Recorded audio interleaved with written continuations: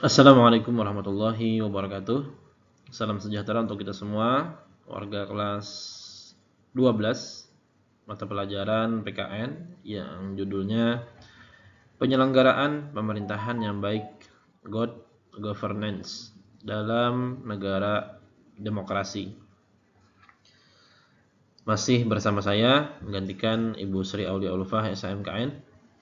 Tujuan pembelajaran memahami konsep good governance, menjelaskan prinsip-prinsip good governance, menganalisis penerapannya dalam penyelenggaraan pemerintahan di Indonesia.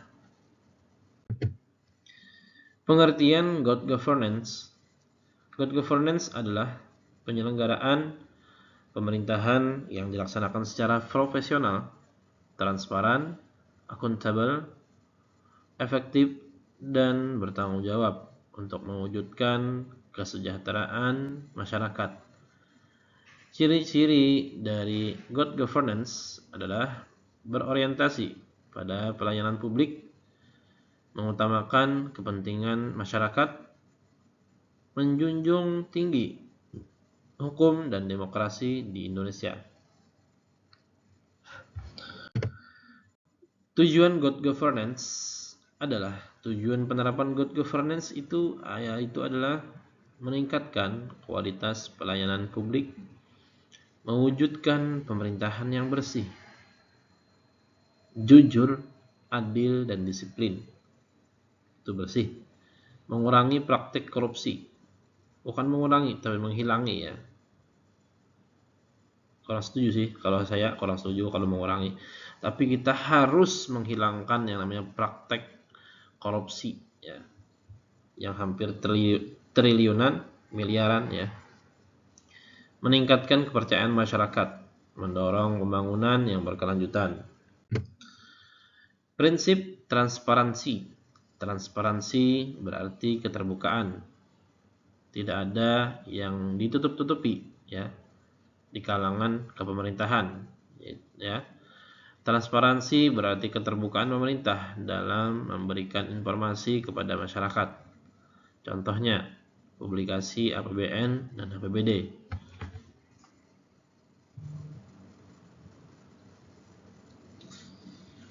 Pengumuman hasil seleksi ASN. Informasi layanan publik yang mudah diakses.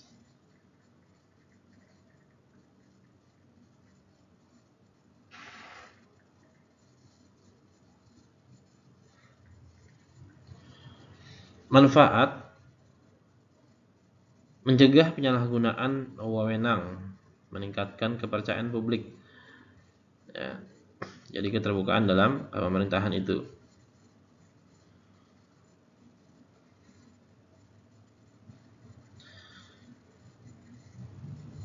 Apa singkatan dari APBN? APBN adalah singkatan dari anggaran, pendapatan dan belanja negara. Kemudian APBD, anggaran pendapatan belanja daerah. Nah, itu singkatan dari APBD, APBN atau APBD.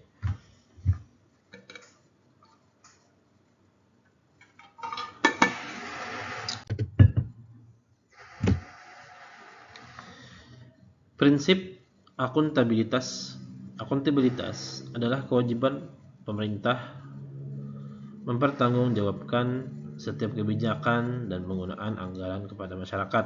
Contoh, laporan keuangan pemerintah, audit oleh BPK, evaluasi program pembangunan. Prinsip partisipasi masyarakat. Partisipasi masyarakat berarti warga negara ikut berperan dalam proses pemerintahan. Bentuk partisipasi itu adalah musyawarah pembangunan, memberikan kritik dan saran, mengikuti pemilu, mengawasi kebijakan pemerintah. Partisipasi yang memperkuat namanya demokrasi.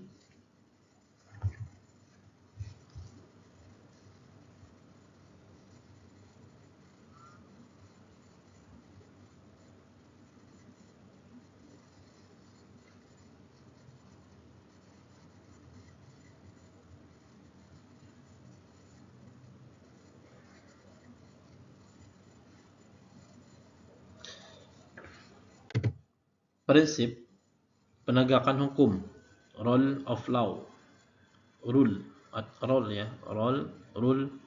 law. Pemerintah harus menjalankan kekuasaan berdasarkan hukum.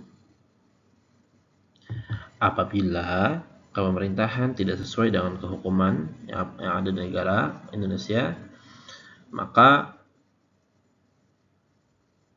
akan berdampak yang negatif terhadap negara kita.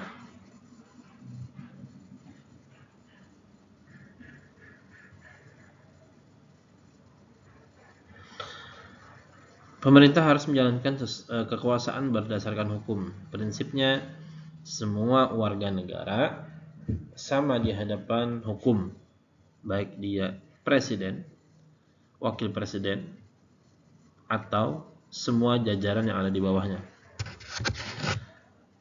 Tidak ada penyalahgunaan kekuasaan. Hak asasi manusia dihormati. Peraturan ditegakkan secara adil. Prinsip efektivitas dan efisiensi. Pemerintah harus mampu menyelesaikan pelayanan tepat waktu, menggunakan anggaran secara hemat, memberikan hasil yang maksimal, menghindari pemborosan. Contohnya, pelayanan administrasi berbasis digital.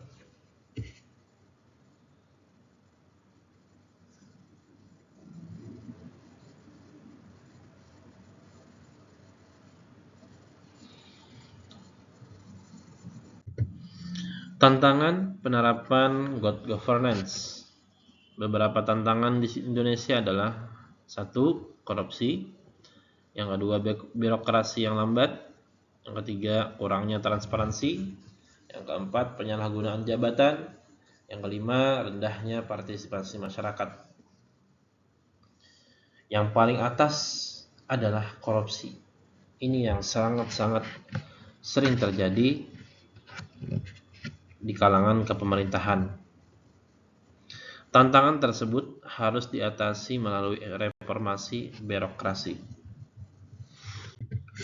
Upaya mewujudkan good governance. Upaya yang dapat dilakukan: reformasi birokrasi, digitalisasi pelayanan publik, penguatan pengawasan internal, pendidikan anti korupsi, peningkatan proporsionalisme ASN, pelayanan publik yang prima.